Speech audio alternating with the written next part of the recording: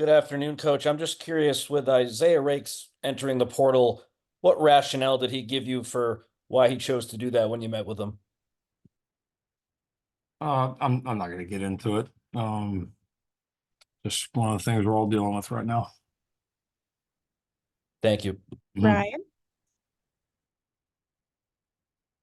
And we've heard a lot of good buzz about Marcellus Williams, pretty much all spring. What's he done to stand out, and does he have a chance to compete for a starting role as a freshman? For sure he does. Yeah, I think. I mean, everybody does. I mean, we don't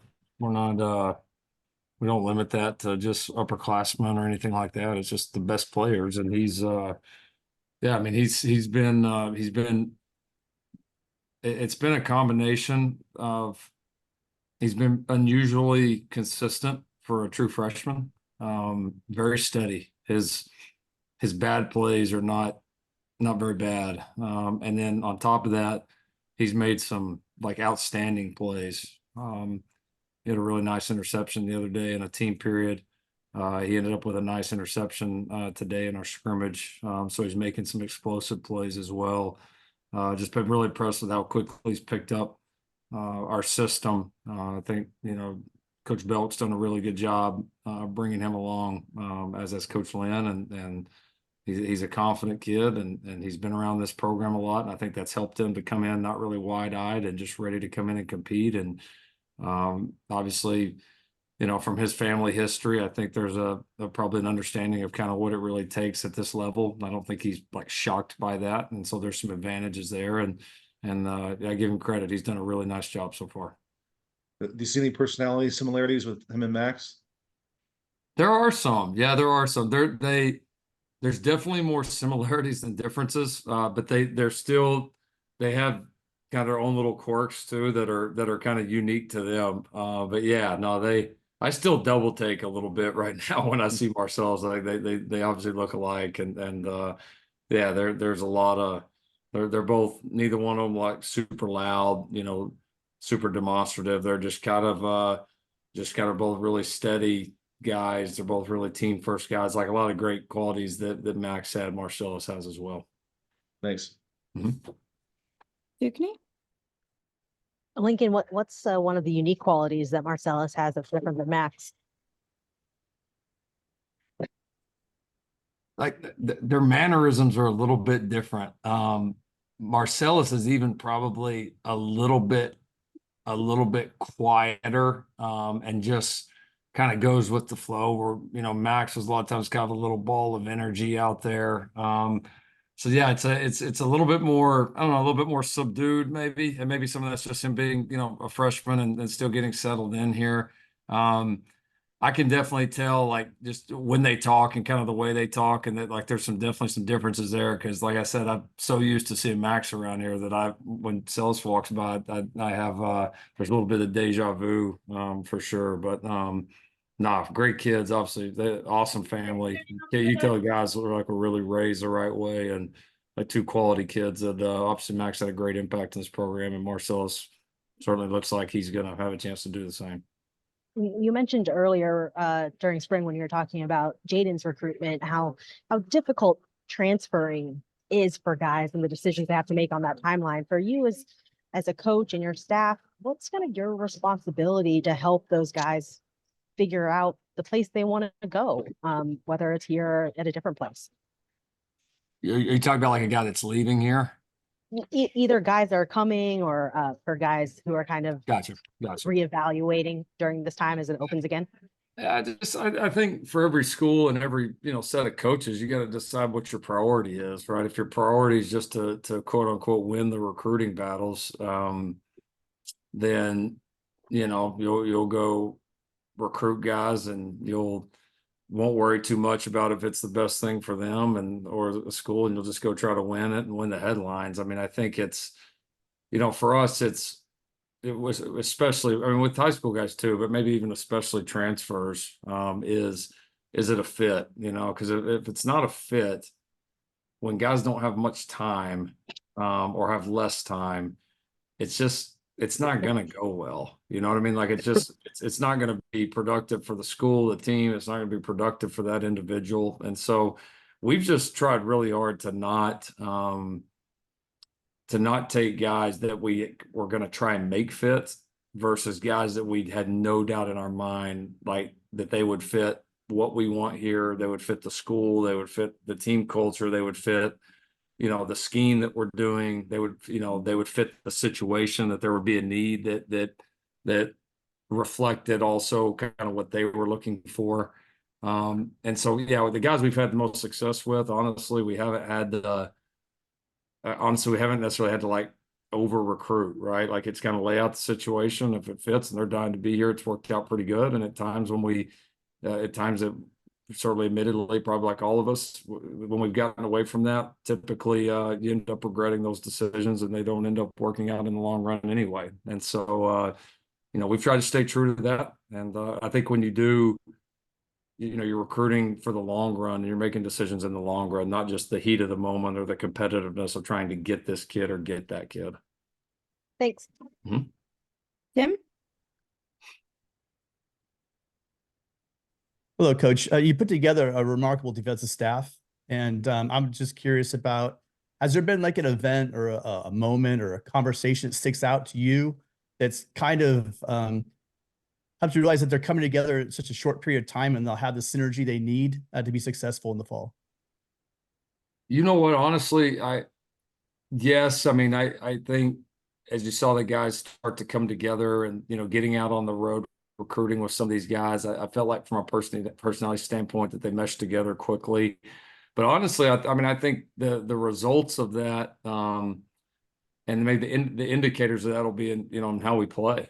And up to this point, I've had a lot of people that have come through practice at this point and said, whether they came up to practice, spring practice number 7 and say, wow, that doesn't look like that defensive group has only been together 7 practices, I'm talking about the players on the field and how they're executing our calls. And so, and I think that's a representation of a lot, that things are being taught well, but that there is a lot of good communication, a lot of synergy within that defensive staff room, here early on, kind of in this with this group. And so, yeah, I think how well you're coaching together is always going to you're going to see that in the way your players play, in a way how well the group operates together. And so, so far, I'd say that would be one of the, I think, real big positives of spring, is I felt like, watching us, we look very in sync, in my opinion, for a group that's only had a handful of practices together. And I think that's a great sign that they're being taught at a high level and that those guys are walking out of the staff room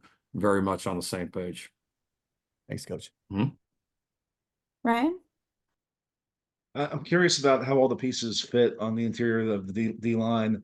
Who's been the main guy playing next to Bear, and how many guys in there do you feel confident that can be contributors this fall? Have you had to move anyone else from the outside in, maybe just to fill the numbers out? Or yeah, we're double training a few guys. Nate Clifton's had a great camp. We've really been super pleased with Nate. Transfer, he's one of those guys that fits kind of the previous question.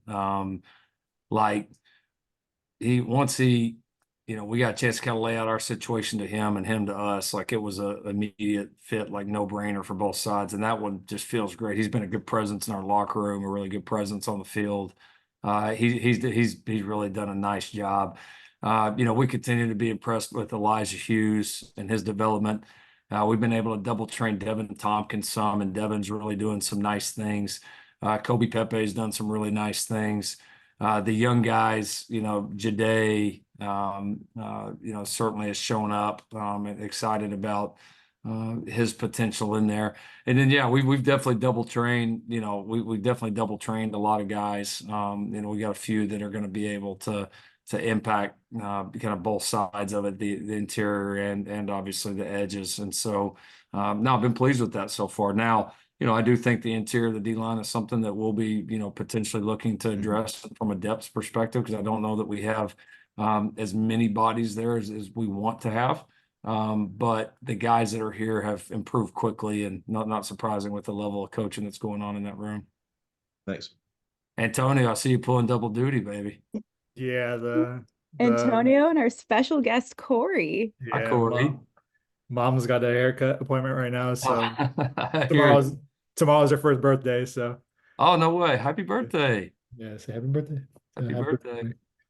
But yeah, Lincoln, we're just wondering, with NIL and that Tennessee court case ruling, how it's kind of more liberal, people can use it now in regards to high schools with collectives and stuff. Does that kind of change your view of how to use it in recruiting and everything like that? Yeah, it does. I mean, it's, you put personal feelings aside and you adapt to the rules that they put in front of you and use every advantage that you can within what they say you can do. And so, yeah, we've certainly looked at it. We've had a lot of great conversations, with our collectives about it. And if that becomes kind of totally deregulated like it essentially is right now, then certainly we want to use that to our advantage. And so it's promoted a lot of great discussions because we want to continue to get kids out here, them and their families. We want them to be able to experience this place, because when people, this place is tough to describe, man. It's like you can tell people on phone calls or Zoom calls or in person all you want, but until they see it, man, it's hard to really articulate all that comes with the opportunity to come to USC. So yeah, no, it's been great conversation so far. And if that continues to be something that we're able to do, it's something that we're going to take advantage of. Thanks. Mm-hmm. Ryan? You think I would have it down by now, but sorry about that. All We good. talked to the Carlos on Thursday, and obviously an interesting backstory with him. He kind of mentioned that he really hadn't left Mississippi until this, and obviously as the 2-year-old, what was that recruitment like? Kind of convincing him to come all the way to California, and that it would be the right fit for him. Yeah, I flew out to Mississippi like late one night and went over there to his house, and we had a good chat. And I think when I first, his whole family's there, his 2-year-old. Mom came in from work pretty late, and we kind of all sat there in the living room and had a good chat. And I think in the beginning it was kind of a little bit of a kind of far out there for them, and we had a good chat through it. And I think after that they decided they wanted to at least come see it, and kind of even to the previous point, like once they came and saw it and realized the opportunities that this could potentially provide for a guy on the field, off the field. I mean, just coming out here and experiencing this, he decided it was something he wanted to do. And yeah, I love the kid's journey. I mean, that was something that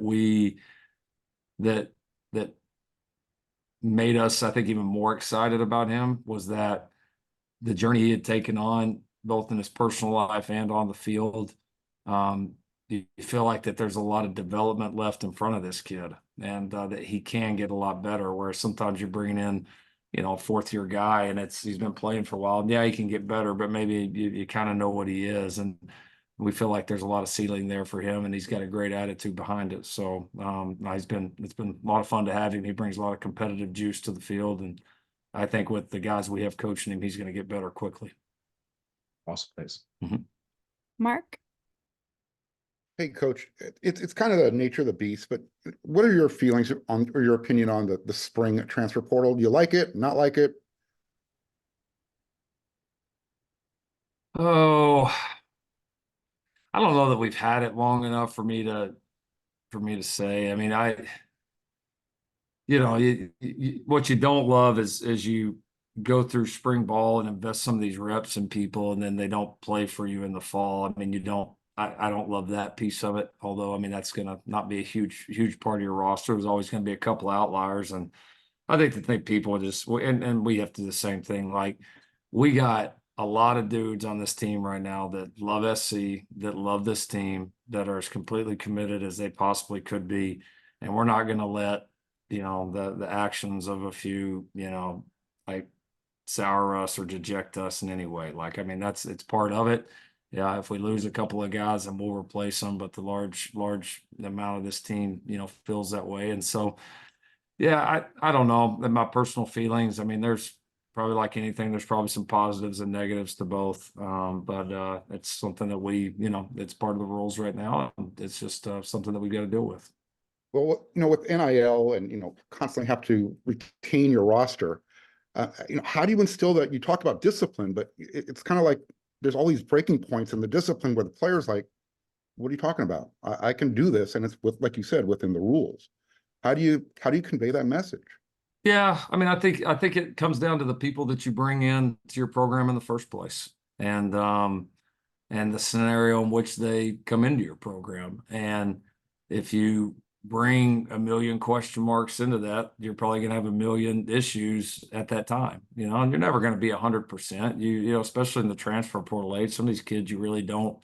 You try to get to know them as fast as you can, but this happens so quickly that some of it you're going to learn a little bit on the run. And we've been right a whole lot more in the portal than we've been wrong, but we've had some that, yeah, if we had a chance to go back and do it again, that we wouldn't have made those mistakes. But that's obviously that's part of the reason why our climb and aim is to get less and less reliant on as we continue to really build this roster from the inside out, and use it just a little bit more on an as needed basis. And we're getting closer and closer to that every year.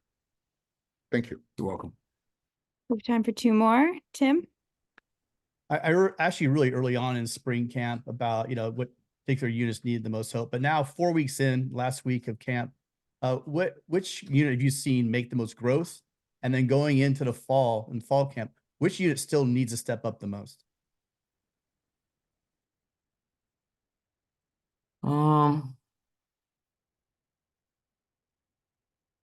I would say probably the unit that has made the most, golly.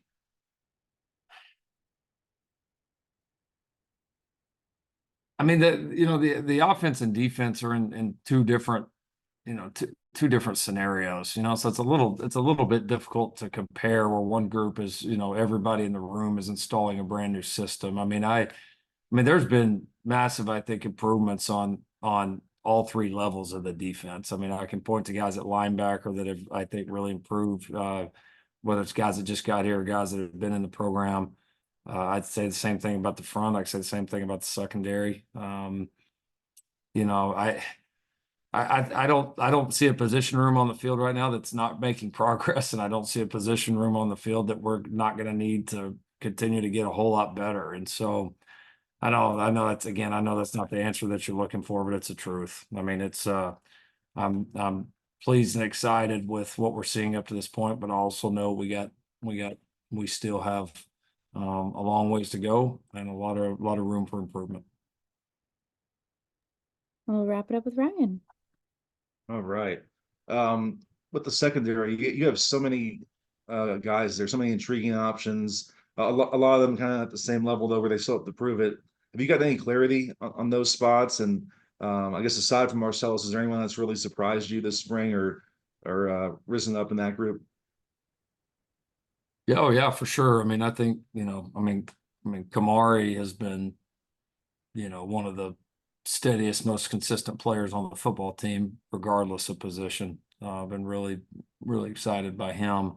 I think Jacoby Covington's taken some really nice steps. Christian Pierce has been a little bit limited, but he's done some nice things. Both Akili and Bryson Shaw have been really great leaders. High energy guys that definitely have an impact on that group, no question about it. I think Prophet continues to really improve. Been really pleased with him. I mean, he's, had kind of already firmly established that he was going to be in the mix of both nickel and corner. I mean, it kind of passed some other people up, which is good to see, kind of continuing that growth he had last year, and obviously did some really good things in the bowl game for us. And that momentum, you feel like it's just continuing. And then obviously be ready to get some of these guys healthy. Jalen Smith hasn't been healthy all spring, so I haven't been able to do a ton with him. So obviously excited to get him back. Really excited to get Zion back. And so John Humphrey's done some good things. He's been a little nicked up here at the end of spring and ended up having to have a little procedure done. He'll miss the rest of spring, but he'll be back this fall. But he had done some really nice things as well. So no, it's a good group. It is. And I'll be excited to see us full strength because we haven't seen that yet. But